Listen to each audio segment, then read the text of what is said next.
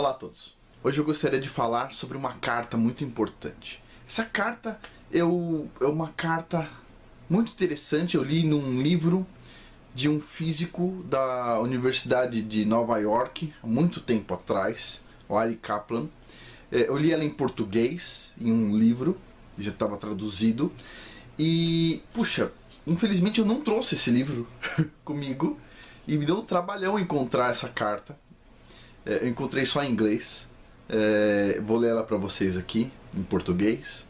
É uma carta escrita por Aristóteles, o último dos grandes filósofos gregos. O filósofo que representa o ápice da filosofia grega. E adivinha para quem Aristóteles escreveu essa carta? Para um aluno dele, Alexandre o Grande, um dos maiores conquistadores de todos os tempos. Então, olha a dimensão da carta. Foi escrito por o último dos grandes filósofos gregos para um dos maiores conquistadores de todos os tempos. Uau! O que um cara desses escreve numa carta dessas? Uau! Bom, eu vou ler a carta quando a gente atingir 100 mil inscritos. É uma piada, né? Tá aqui a carta, eu vou ler rapidinho. Vamos lá. Olha que interessante. Muito legal, muito legal. Diz o seguinte: bendito seja aquele que abre os olhos dos cegos e mostra aos pecadores o verdadeiro caminho. Deixe que ele seja louvado de forma adequada, desde que eu não sei como louvá-lo para a grande bondade e misericórdia que ele me mostrou. Sou eternamente grato a ele por me tirar para longe da loucura que eu tinha me dedicado a minha vida inteira.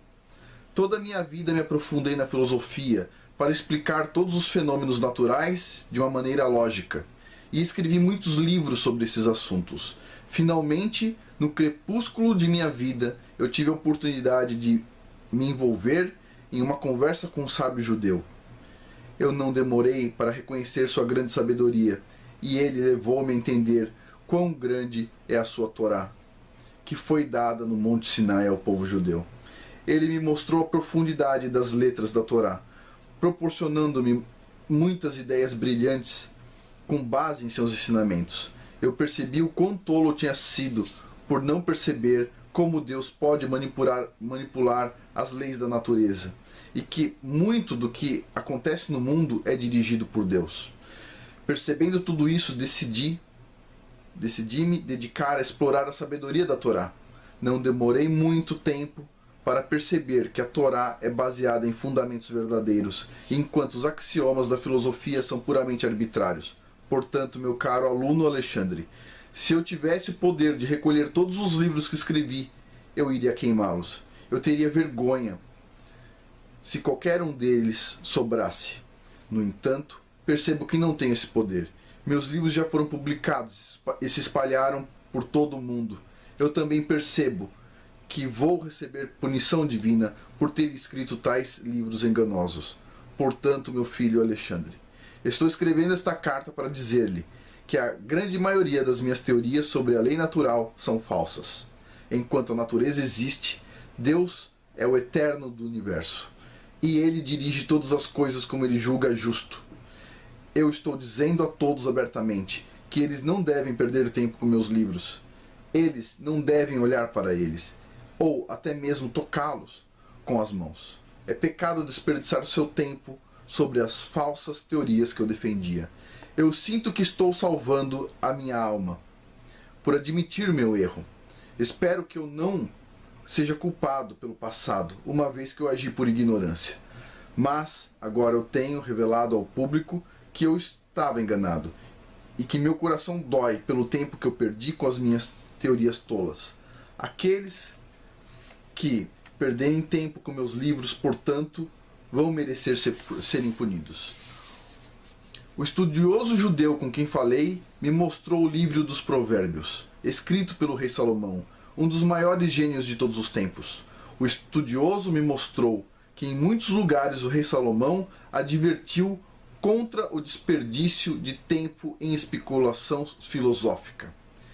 Um tal lugar é onde ele diz o seguinte, olha que interessante. Diga à sabedoria, você é minha irmã, e chame ao entendimento seu parente. Eles o manterão afastados da mulher imoral, da prostituta com palavras sedutoras. Bom, continuando a carta. Eu sinto pena dos meus olhos pelo que eles viram e dos meus ouvidos pelo o que eles ouviram.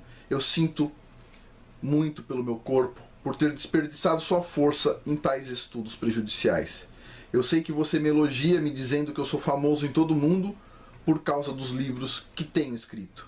As pessoas falam muito bem de mim, mas eu desejo que eu estivesse morto por causa desses livros enganosos. Ele está dizendo, não eu.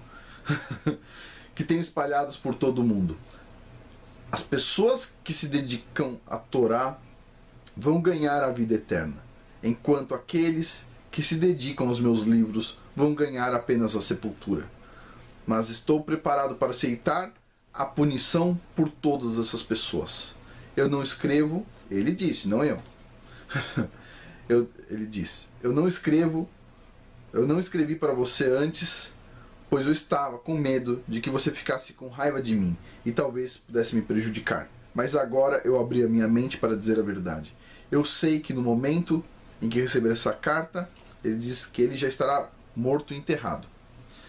Porque eu percebo que o fim está próximo, o fim dele. Eu vos saúdo com saudações de paz. Alexandre da Macedônia, grande imperador e regente. Do seu professor Aristóteles. Agora a pergunta é, por que é tão difícil achar essa carta? Né? Se é uma carta tão importante. Tão importante. Aqui tem um comentário que diz o seguinte. O judeu que Aristóteles está falando era Shimon o Justo, que era o sumo sacerdote, né, numa determinada época, né, o sumo sacerdote durante a época do Segundo Templo. Tá? Diz o seguinte aqui, basicamente, olha só, quando Aristóteles escolhe uma frase dos Provérbios de Salomão para explicar o porquê a especulação filosófica é um desperdício de tempo, ele usa o seguinte provérbio, o seguinte pedacinho. Diga à sabedoria, você é minha irmã, e chame ao entendimento seu parente. Chame a sabedoria irmã e o entendimento seu parente. Eles o manterão afastados da mulher imoral, da prostituta com suas palavras sedutoras. Agora, quem que é a prostituta? Que é aquela que se vende, né? Quem que se vende e tem aquelas palavras sedutoras? Alguém reconhece alguma coisa desse tipo? Hoje em dia, talvez, sei lá, não sei, estou aqui especulando, ciência, a pseudociência, a prostituta com suas palavras sedutoras. Puxa vida, né? Então pensa só, por que ninguém discute essa carta? Essa carta foi publicada, tá? Já colocando aqui uma referência, vou colocar a referência, o site sobre isso aqui. Ela foi publicada num livro, na conclusão de um livro de Aristóteles, cuja tradução aqui, em grosso modo, é Duas Mãos Grossas. E esse livro, puxa, a gente não tem acesso. E essa carta desse livro, então, foi encontrada num outro livro que se chama A Antropologia da Torá. Eu vou deixar tudo aí nas referências. Mas olha só que interessante. O ápice da filosofia grega envia uma carta para o seu aluno Alexandre o Grande e diz que desperdiçou o tempo dele.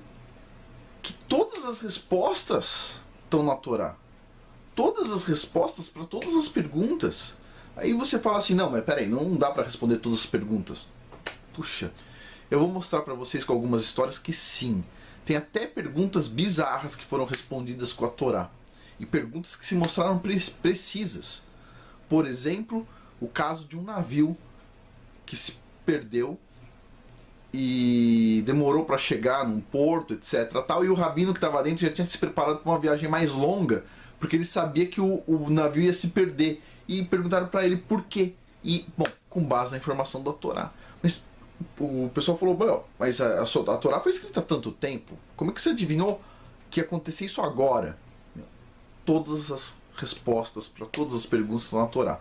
A Torá, para quem não sabe, é o Pentateuco que nós usamos na Bíblia, os 5 primeiros livros da Bíblia, tá? Começando lá com Gênesis. Então, esse primeiro pedacinho é o que os judeus chamam de Torá, e aqui eu tenho um rolo aqui atrás, e eu tenho também a Torá do livro. Uma hora eu vou conversar com vocês sobre isso, vou mostrar para vocês, mas é isso. É isso, o ápice da filosofia grega, olhando para o resultado final e falando: tudo que não é estudar a Bíblia, basicamente, a Bíblia, é uma perda de tempo. Impressionante, impressionante. E isso foi escrito há mais de 2000 anos. E ninguém discute isso nos cursos de filosofia. Bem legal, hein? Bom, por hoje é isso. Muito obrigado.